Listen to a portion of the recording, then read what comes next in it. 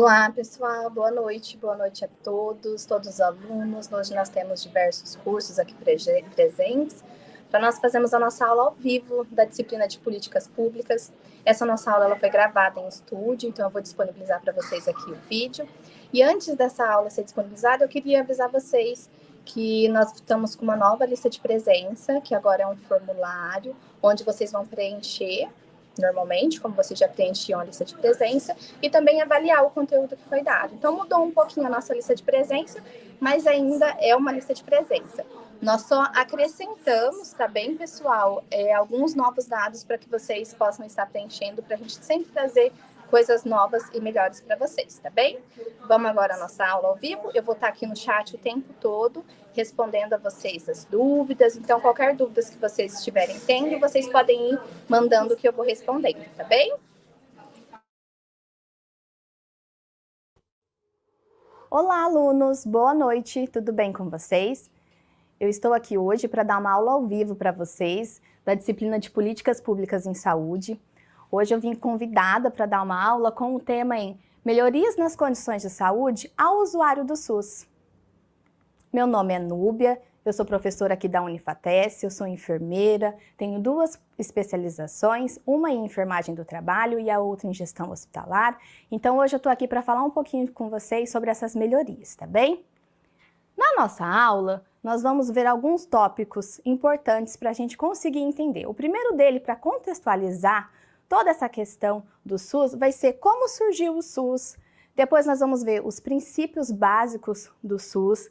Nós vamos ver também o perfil do usuário do SUS e, por último, nós vamos ver os benefícios do SUS, tá bem? Então, nossa aula vai ser bem didática, explicativa para vocês entenderem e conhecerem um pouquinho mais sobre o Sistema Único de Saúde, que é algo muito bom para a população brasileira. Então, aqui vamos lá do início. Como surgiu o SUS? O SUS ele surge através dos movimentos sociais e civis lá em 80. Na década de 80, a gente sabe que teve muito movimento social, foi uma época de bastante reivindicação, onde a população, eles começaram a lutar bastante pelos seus direitos. E um desses direitos que foi alcançado através desses movimentos sociais e civis foi a conquista do SUS. Então, na nossa Constituição, lá que surgiu em 1988, que foi regulamentada em 1988, ela traz um capítulo todinho dedicado à saúde. E nesse capítulo entra o SUS. A gente sabe que o SUS ele foi regulamentado 2 anos depois, lá em 1990. Mais especificamente, dia 19 de setembro de 1990, é regulamentada a Lei 8080. Essa lei, a gente diz que é a lei da saúde, mas é a lei do SUS. É ela que vigora todos os princípios, as normativas, o que o SUS tem que se dispor a cumprir. Tudo a respeito do SUS a gente encontra nessa lei aqui. E nesse capítulo da Constituição Federal também, mais precisamente no artigo 196, nós vamos ter então o SUS, propriamente dito. Surge então o Sistema Único de Saúde. Tá bom, professora, surgiu o SUS, e o que de benefício tem? A gente vai ver isso ao longo da nossa aula. Surgindo o SUS, o que muda? Começa a descentralização. Antes do SUS era tudo centralizado, e isso eu vou falar num tópico mais à frente, mas só para vocês entenderem. Com a descentralização, surgem as secretarias de saúde. Então, a gente tem o Ministério da Saúde, que é a nível federal, nós temos a Secretaria Estadual de Saúde, que é a nível estadual, e nós vamos ter também a Secretaria Municipal de Saúde, que é a nível municipal. Então, todo estado tem sua secretaria e todo município tem sua secretaria, e nós temos o Ministério da Saúde sendo da nossa esfera federal, que rege todos os princípios que nós vamos ter de oferta de saúde à população brasileira. Então, a gente precisa entender que essa descentralização, ela foi essencial para que o SUS funcionasse como funciona hoje, atendendo toda a população, tá bem? Diante disso, nós temos os princípios do SUS. Nós temos 3 princípios fundamentais do SUS. O primeiro princípio que eu trouxe aqui para vocês é a universalização. O que quer dizer esse princípio? Lá ele é denominado assim: a saúde é um direito de cidadania de todas as pessoas e cabe ao Estado assegurar esse direito. O que isso quer dizer? Isso quer dizer que, independente de cor, sexo, idade, classe social, questão de religião, independente de qualquer atributo ou diferencial que esse indivíduo tenha, ele tem direito ao SUS. O SUS é de todos e para todos, então é nisso que entra a universalização. O SUS foi feito para todo o cidadão brasileiro, tá bem? Eu trouxe aqui, inclusive, uma imagem que a gente consegue ver, né, essa diversidade um pouquinho. Queremos dizer que o SUS abrange todo mundo, tá bem?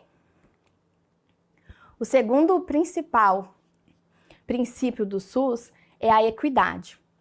E a equidade, ela vem definida como: o objetivo desse princípio é diminuir as desigualdades.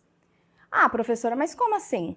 A equidade, ela é diferente da igualdade. A igualdade seria eu dar o mesmo tipo de atendimento a todo mundo. Seria eu dar, você vai ter direito a uma consulta, você vai ter direito a uma consulta e você vai ter direito a uma consulta. Mas talvez aquele cidadão naquele momento não precise de uma consulta. Então, que surge a equidade. E o que seria isso? É eu dar ao desigual o tratamento diferenciado que ele precisa. Porque o que serve para mim no momento, talvez não sirva para você naquele momento. Então, eu trouxe aqui nessa imagem, nesse sentido também. Nós vamos ter aqui, ó, uma caixa ficou para uma pessoa de média estatura, 2 caixas ficou para uma pessoa de baixa estatura e a pessoa de maior estatura não precisou de nenhuma caixa. Seria mais ou menos nesse sentido, para ficar bem didático, para que vocês consigam entender. É ofertar aos desiguais as suas especificidades. É ofertar o que cada ser humano precisa. Entrando nesse conceito, então, de ofertar aquilo que cada um precisa, nós temos o terceiro princípio do SUS. O terceiro princípio fundamental é a integralidade. Esse princípio considera as pessoas como um todo, atendendo a todas as suas necessidades. O que seria isso, professora? É olhar o indivíduo como um todo. É olhar tudo o que ele precisa. E é nessa parte que a descentralização do SUS, que trouxe, né, juntamente com o SUS, foi muito importante. Porque nós temos ali um paciente que ele precisa apenas aferir uma pressão. Vamos citar, por exemplo, ele vai precisar ir a um hospital, vai precisar ir a uma outra cidade, ele vai na nossa atenção básica de saúde. Então, ele vai lá no nosso postinho de saúde, né, as nossas UBS, as nossas unidades básicas. Ah, ele precisa de um transplante, ele precisa de um tratamento mais intensivo. Aí tudo bem, ele vai recorrer ao Estado. É o Estado que vai ter que fornecer todas as condições para que esse cidadão possa recuperar a sua saúde. Ah, ele precisa de algo, uma medicação, tem alguma doença rara, precisa de uma medicação diferente. Quem vai fornecer isso vai ser a esfera federal. No caso, vai ser o governo federal que vai arcar com todo o custo e toda a questão burocrática, tudo isso, quem vai ter que regulamentar e fornecer a esse usuário vai ser essa esfera. Então, a descentralização, querendo ou não, ela trouxe responsabilidades para cada uma esfera. Não quer dizer que cada um tem apenas aquela responsabilidade. Cabe a eles conversarem entre si. Eu não consigo resolver aqui no meu município, mando para o Estado. O Estado não resolve, vai a nível federal. Então, na integralidade, seria a junção de tudo isso. É juntar as necessidades especiais de cada pessoa, a sua equidade, né? Tratar com equidade aquele indivíduo, e universalização. Você dá a oportunidade dele receber todo o tratamento, independente de como ele seja, tá bem? Diante disso, nós vamos ter aí o perfil do usuário do SUS. E aqui eu trouxe um antes e depois. Então, professora, como que era antes do SUS? O SUS surgiu ali em 1988, regulamentado em 1990, mas tá, e antes, como funcionava? Não tinha SUS? Não. Antes nós não tínhamos o SUS. O que nós tínhamos um sistema único, nós temos um sistema público de saúde. E o que era esse sistema público de saúde? A pessoa que contribuía para a Previdência Social, ela tinha direito a esse serviço público de saúde. Caso ela não contribuísse, ela dependia de instituições filantrópicas, que são aquelas instituições que recebiam, sim, alguma ajuda governamental e também recebia ajuda de pessoas caridosas, pessoas que tinham uma posição social mais alta e que acabavam fazendo doações, ou dependia também da caridade de alguém, ou seja, ela precisava de algum atendimento médico, ia ter um custo. Quem iria pagar por isso? Ou ela conseguia atendimento nessa entidade filantrópica, ou ela conseguia beneficiando alguma pessoa por caridade. Alguma pessoa ficava comovida com a situação e acabava custeando todo esse tratamento. Por isso, então, que aqui eu coloquei que antes de 1988, apenas 30 milhões de pessoas eram atendidas nessa questão de saúde pública. Então, do sistema público de saúde. É pouco, muito pouco. Por isso que começou a revolta. Começou, eu pago os impostos, eu também tenho que ter direito. Tudo bem, eu não consigo pagar a Previdência Social, mas eu pago meus impostos, seja numa compra que eu faço, numa mercadoria que eu consumo. Então eu consigo contribuir com o governo. Por que não me fornece saúde? Sem saúde eu não consigo trabalhar. Como que eu vou pagar alguma Previdência Social? Então foi através disso, dessa revolta, que conseguimos o SUS, como eu já disse anteriormente, e aqui era atendido apenas 30 milhões de pessoas. Então tinha 30 milhões de usuários que usavam esse sistema de saúde pública no momento, tá bem?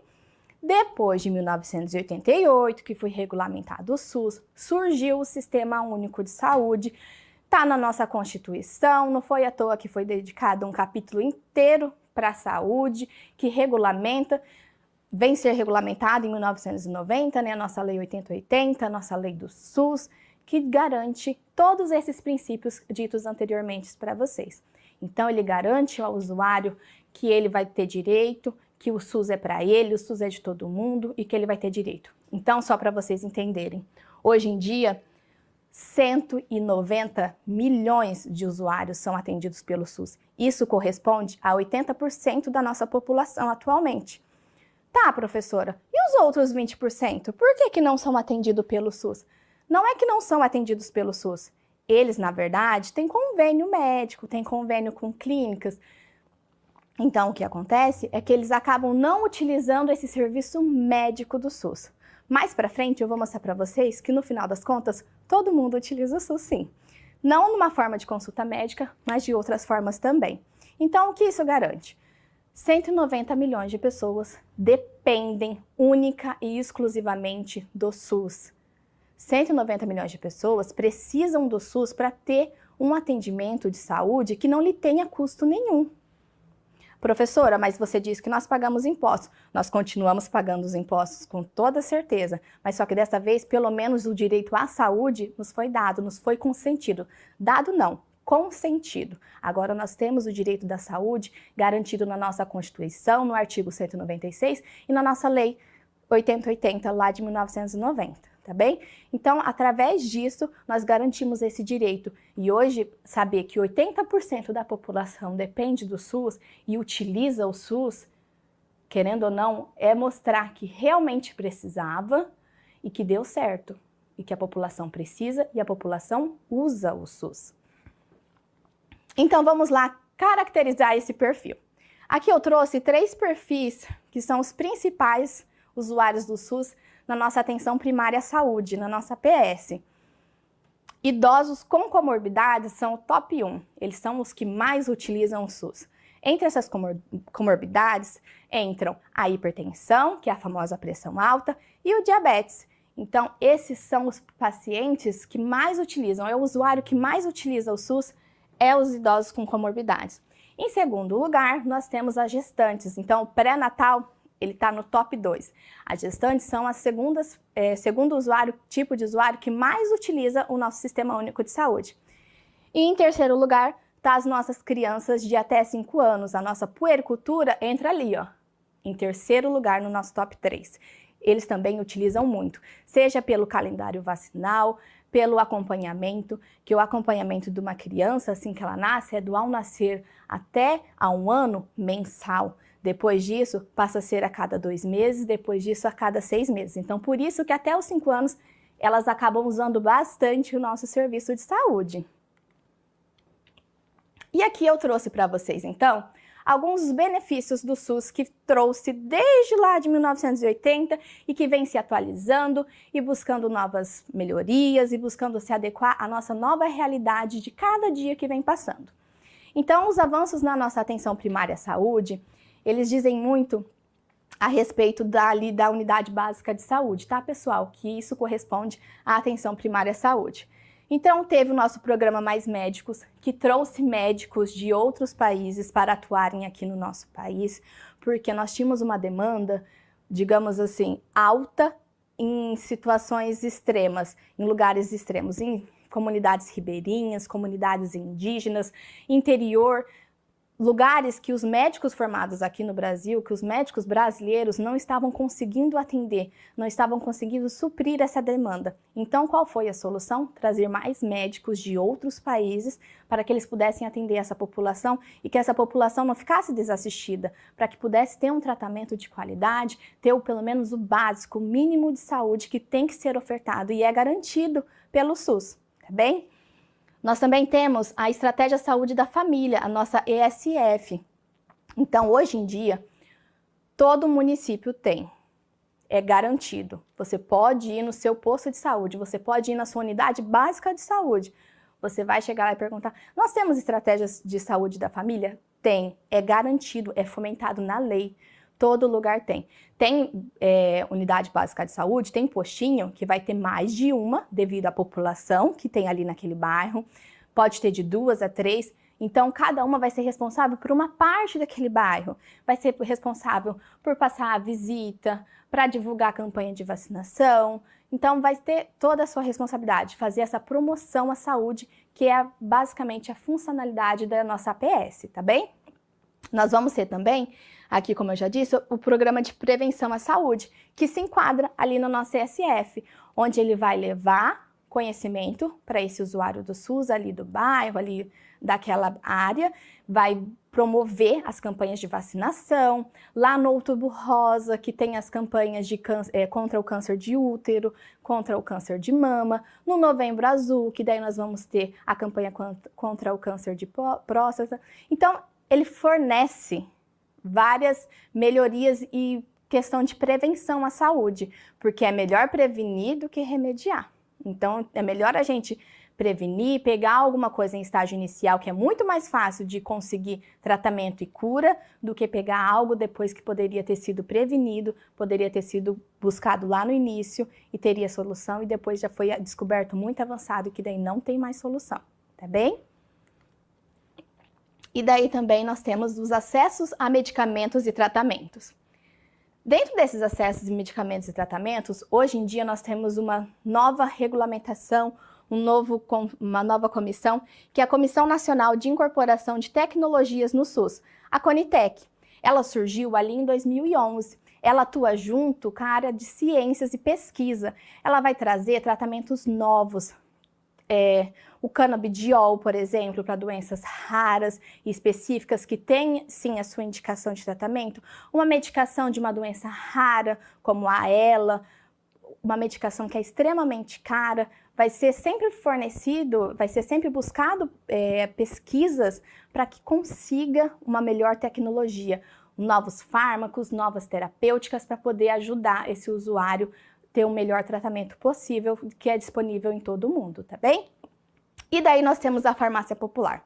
A farmácia popular foi um ápice de melhora nos atendimentos do Sistema Único de Saúde. Ela surge lá em 2004, foi fundada lá em 2004 a farmácia popular, onde era disponibilizada medicamentos para pressão alta, né, a hipertensão, e para o diabetes.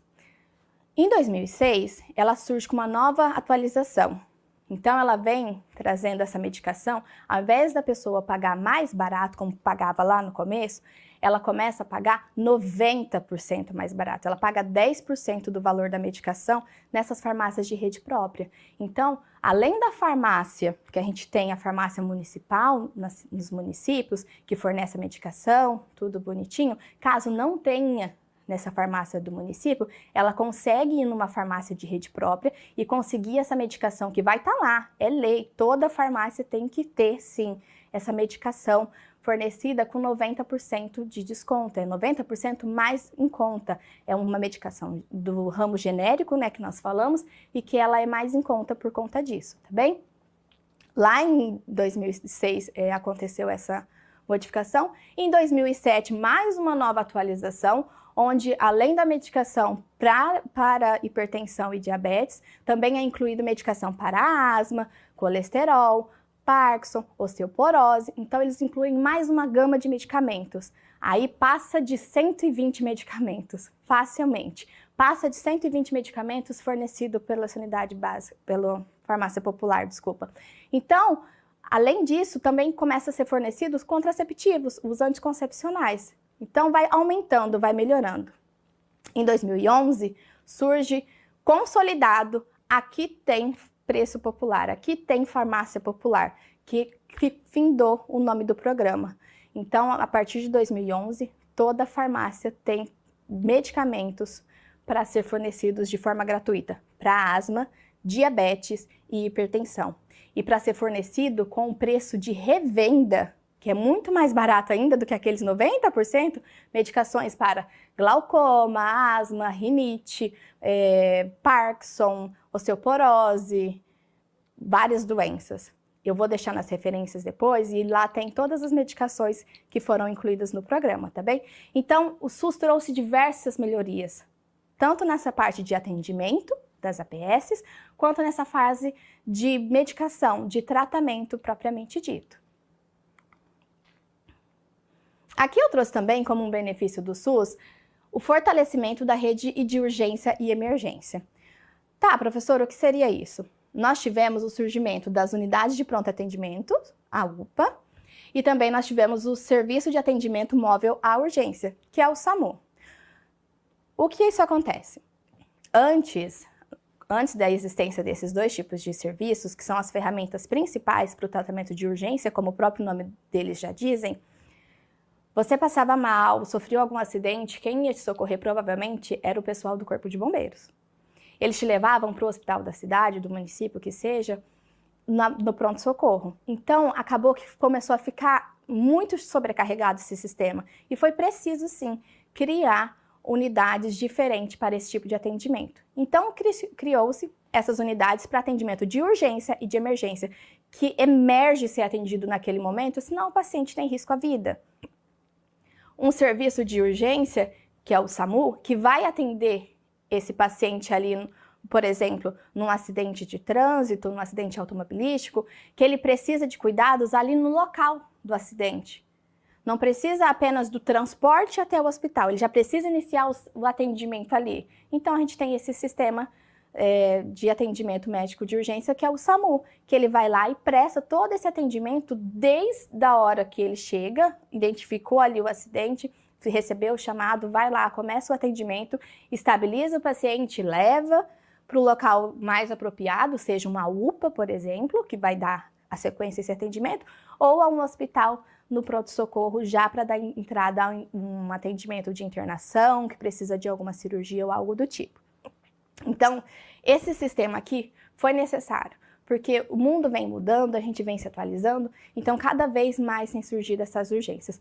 Tá, professora, o SAMU atende o quê, então? O SAMU, ele deve ser chamado, ele vai atender principalmente quando tem dor no peito, que é um princípio de infarto, quando a pessoa pode ter sido intoxicada com algum tipo de alimento ou veneno, quando a pessoa, por exemplo, tem uma hemorragia, aconteceu algum acidente ali laboral, né, um acidente no trabalho, acabou se cortando ou alguma coisa do tipo, uma hemorragia. Em casos de desmaio, convulsão, é nesse momento que a gente vai acionar o SAMU. Ele vai atender as urgências, é aquele atendimento que precisa ser feito no momento. Que se não realizado no momento, a pessoa em questão que está passando por aquele período difícil tem risco à vida, tá bem? Aqui eu trouxe também os benefícios do SUS na questão de tecnologias e inovação à saúde. Hoje em dia, a gente tem realizado muito a telemedicina, principalmente depois do período pandêmico do Covid-19. Então, a telemedicina ela veio para poder suprir necessidades de eu não consigo ir pessoalmente, fisicamente, a uma unidade de saúde, mas eu consigo ter acesso a esse tratamento, a essa consulta médica através da telemedicina. Então, às vezes não tem um profissional específico, uma especialidade na cidade, e daí consegue fazer essa telemedicina com um profissional que está em outro município, em uma outra cidade ou até mesmo em outro estado, e consegue solucionar e solicitar os exames necessários para aquele paciente. Então, são tecnologias que vêm sendo alcançadas através dos avanços tecnológicos realmente. Então, a gente precisa dessas tecnologias e a cada vez mais, vocês mais que ninguém conhecem muito bem essa questão de tecnologia, vocês estudam em sistema à distância, em sistema querendo ou não híbrido, nos cursos da saúde, mas vocês conhecem muito bem o poder que tem a tecnologia para a gente nesse momento. E também a questão do prontuário eletrônico, onde hoje em dia não tem mais essa questão de ficar escrevendo em prontuário, em ficha, guardando ficha, que tem que ficar procurando quando você precisa. Ah, eu precisava do meu prontuário para saber o que o médico passou para mim. Hoje em dia é tudo digitalizado, é tudo automatizado. Você chega numa UBS, você vai ter ali seu relatório. Você consegue pelo seu próprio celular ter acesso a que vacina que você tomou, quando você fez algum atendimento médico, que médico que te atendeu, que especialidade que foi atendida. Você consegue tudo isso. O governo hoje em dia fornece vários aplicativos que você consegue ter acesso a todas as suas informações de saúde, tudo o que você fez e tudo o que você utilizou e como você utilizou. E daí aqui eu trouxe uma questão muito importante. Professor, eu faço parte dos 20% que utiliza apenas convênio de saúde. Eu não utilizo o SUS. Eu não uso nada do SUS, professor. Eu preciso de uma consulta, eu agendo no meu convênio. Ah, e se eu for internado, eu tenho um convênio. Ah, e se eu preciso fazer alguma cirurgia, eu vou fazer pelo meu convênio. Mas será que tudo o que você precisa é só o seu convênio? Será que você não usa o SUS nem um pouquinho? Vamos lá ver? Você utiliza o SUS na compra de medicamentos, na compra de remédios. Sabe como? Eu não pego medicação na farmácia popular. Eu não pego medicação na farmácia do municipal. Eu não pego medicação. Nada disso, professora. Como que eu utilizo o SUS? Através da Anvisa. A Anvisa é um órgão regulamentado que surgiu junto e através do SUS. Então, você utiliza o SUS até você comprando e pagando o medicamento, comer com nome comercial sem ser genérico. Você está utilizando o SUS. Você utiliza o SUS também quando você vai fazer alguma refeição em algum restaurante. Ah, vai tomar um café da manhã numa padaria, vai almoçar, vai jantar em algum restaurante? Professora, mas eu pago a conta, como que eu utilizo o SUS? Sabe como que você utiliza o SUS? Através da vigilância sanitária. É através da vigilância sanitária que você vai conseguir, vai ter a responsabilidade de meios sanitários de saúde, que essa empresa ela não tem contaminação, que eles não têm nada ali que vá contra as normas sanitárias, que eles têm higiene, que os produtos são recebidos e armazenados da forma adequada, porque nenhum estabelecimento funciona sem um alvará de vigilância sanitária. Você pode ir em qualquer estabelecimento e falar assim, eu quero ver o alvará de vigilância sanitária de vocês, para você garantir que você está indo fazer uma refeição num lugar que tenha todas as condições de higiene que são preconizadas pela vigilância sanitária, tudo o que precisa ser feito, tá bem? Então sim, até para comer você também. Ah, professora, mas eu não vou, eu peço um delivery. Mesmo assim, foi feito no restaurante, vai chegar na sua casa da mesma forma, foi feito num restaurante. Então, você também utiliza ali, tá bem? Você também utiliza o SUS no atendimento de urgência. Professora, já disse, se eu vou ser internado, eu vou ser internado pelo convênio, eu tenho um convênio. Tá bem. Você sofreu um acidente, vamos supor. Você sofre um acidente de carro. Fica preso lá no carro, não consegue sair ou fica desacordado, o que seja o seu quadro naquele momento. Quando acionado, quem vai ser acionado vai ser o serviço de urgência, vai ser o SAMU. Não vai ser acionado a ambulância do seu plano para vir buscar você. Vai ser o SAMU. O SAMU que vai vir, vai te dar o primeiro atendimento e vai te destinar para a unidade que você precisa. Ah, professora, mas eu não vou para a UPA. Dependendo do caso, você vai para a UPA sim. E depois da UPA, eles vão te direcionar para o melhor destino, tá bem? Então, você utiliza sim o SUS, até mesmo numa situação que você fala assim, ah, mas eu não tinha como. Mesmo sem querer, você utiliza o SUS sim, tá bem? Eu coloquei aqui também o banco de sangue, porque muitas vezes você vai falar assim, tá bom, professora, não sofri acidente, não aconteceu nada comigo, não utilizo nada disso. Mas se você vai fazer alguma cirurgia, ou se você acontece de ter uma hemorragia, se corta num acidente de trabalho, como eu já disse anteriormente, você começa a perder muito sangue, você precisa de uma transfusão de sangue, saiba você que o banco de sangue, ele é do governo. Ele não é de rede privada. Então, você também vai utilizar o SUS. Tudo a gente acaba utilizando o SUS. Inclusive no calendário vacinal. Ah, mas eu só levo a minha filha para tomar vacina numa rede particular. Eu não utilizo o SUS. Tudo bem. Tem várias hoje em dia, nós temos todas as vacinas, grande parte das vacinas do calendário vacinal, de quando a gente nasce até quando a gente vai ali na adolescência, adulto, idoso, a gente já tem na rede privada. Mas aí eu vou te lembrar de uma coisa. A Covid que veio agora, a nossa pandemia que veio agora, que não gostamos nem de lembrar muito dela, que tá no final, já não tá no final, a gente mal sabe direito. Então, a Covid, quando surgiu a primeira vacina, te garanto que você tomou ela através do SUS. Porque quando surgiu a vacina para o Covid, ela foi disponibilizada pelo SUS, baseado naquele princípio lá, universalização. Ele é para todos. Você tomou a sua vacina do Covid através do SUS. Depois, agora que ela está entrando na rede privada. Então, assim, 2, 3 anos você tomando a primeira, segunda, terceira dose, foi pelo SUS, tá bem? Aqui eu trago uma conclusão para vocês, que é o seguinte: o SUS é de todos e para todos. O que eu vou dizer para vocês?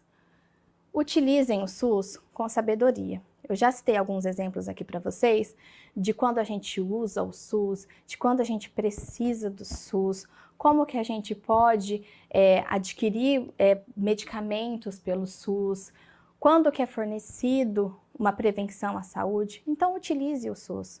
O SUS ele só nos trouxe benefícios até o momento, ele não trouxe nenhum malefício para nós até o momento. Não seja irresponsável de ir lá e tomar o atendimento de alguém que precise mais. Em que sentido, professora? O SAMU, por exemplo, tem muito questionamento nesse exemplo, que muitas pessoas ligam para o SAMU sem ser um serviço de urgência. É um serviço que poderia ser resolvido numa unidade básica de saúde. Ah, eu não estou passando muito bem, mas os sintomas que a pessoa tem, ela poderia ir numa unidade básica de saúde. Então, ela poderia sim pode sim ter tirado a vaga de alguém que precisava. E a vaga que eu digo assim, é um chamado que veio e ai, tá passando mal, tá assim. O SAMU desloca uma viatura até lá, recebe um outro chamado e aquela viatura que foi lá atender aquele caso que era para uma UBS, estava sendo solicitada numa urgência de verdade, que precisaria. Então, antes de utilizar o serviço, nós temos que ser responsáveis. Ele é para todos e de todos, ele é. Mas só que a gente também tem que usar com consciência. A gente tem que usar sabendo que não sou só eu que preciso, que o outro também precisa e que todo mundo tem direito assim como eu. O meu direito acaba quando o seu começa. Então, a gente tem que ser sempre responsável. Eu coloco aqui para todo mundo defender e apoiar o SUS, porque tem muita gente que fala assim, ai, mas o SUS é ruim, demora muito, ah,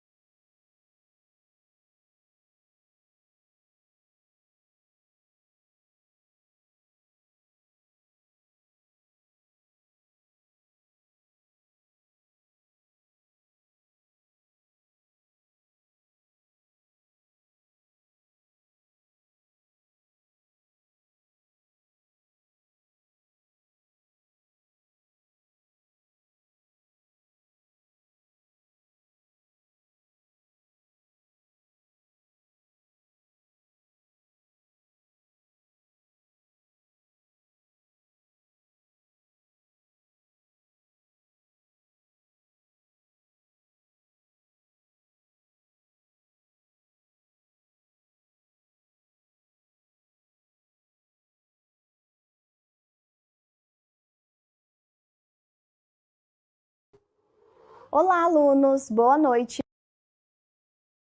Você está sabendo? Que ninguém esperava, bagunçou muito mais o sistema. Só que agora está voltando a estabelecer, está voltando à ordem. Então vamos ter um pouquinho de paciência. Eu sei que tem lugares que é mais precário, que acaba que a descentralização não funciona muito, porque às vezes é um caso de ir para o estado e daí fica no município, mas a gente sabe que não é de todo ruim. A gente sabe que o SUS ele é bom, que a gente precisa do SUS. Eu mostrei aqui, mais do que nunca, que a gente usa o SUS todos os dias. A gente usa o SUS todos os dias. Todo cidadão brasileiro é usuário do SUS. Defendam o SUS. Pessoal, é isso. Eu agradeço muito a oportunidade de estar aqui com vocês, de poder... Eu trouxe aqui algumas referências, tá bem? Vou passar aqui rapidinho para vocês. Se vocês quiserem os slides, depois eu passo para vocês. Mas eu agradeço muito a oportunidade de estar aqui com vocês, de poder demonstrar um pouquinho de como surgiu o SUS, de quais são os benefícios, de quais são as melhorias que trouxe o SUS, e espero que vocês tenham gostado dessa aula também. Uma boa noite a todos e nós nos vemos em breve.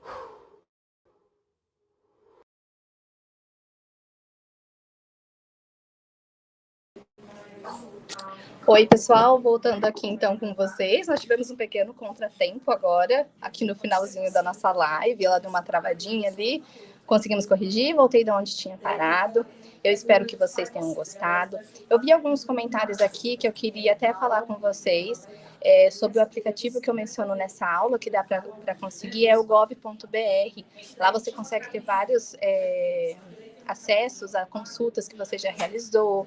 Eu vi alguns comentários aqui também sobre algumas queixas do SUS, mas é como eu digo aqui no final, né? O SUS, ele não é o melhor, ele não é o mais excelente dos sistemas, né? Ele poderia funcionar muito melhor, eu concordo com vocês. Mas é o sistema que nós temos. Nenhum país do mundo tem um sistema que oferta saúde de forma gratuita para todos os seus cidadãos. Então, a gente é importante nesse sentido, assim, a gente é privilegiado. Eu sei que tem em alguns lugares que não funciona da melhor maneira, que alguns funcionários, e eu concordo também nessa parte, que não tratam de forma humanizada os seus pacientes, não tratam de forma humanizada todo o usuário do SUS. Mas nós sabemos também que não é a grande maioria, né? Nós temos, sim, grande funcionalidade do SUS. Então, eu queria aqui dar uma comentada aqui com vocês. Eu estou vendo aqui mais um comentário, que essa aula poderia durar mais um tempinho, né, que vocês gostaram do tema, mas nós vamos ter uma aula extra, e quem sabe essa aula extra pode ser uma continuidade dessa aula, tá? Vou pensar sobre isso para trazer aqui para vocês, tá bem? Então, eu espero que vocês tenham gostado. Ali no final tinha alguns dados de rede social, então quem quiser dar uma seguida pode seguir. Enfim, eu espero que vocês tenham gostado. Qualquer dúvida que vocês tiverem a mais dessa disciplina, dessa aula que eu acabei de soltar para vocês, vocês podem estar enviando para mim, que eu vou responder sim vocês, tá bem?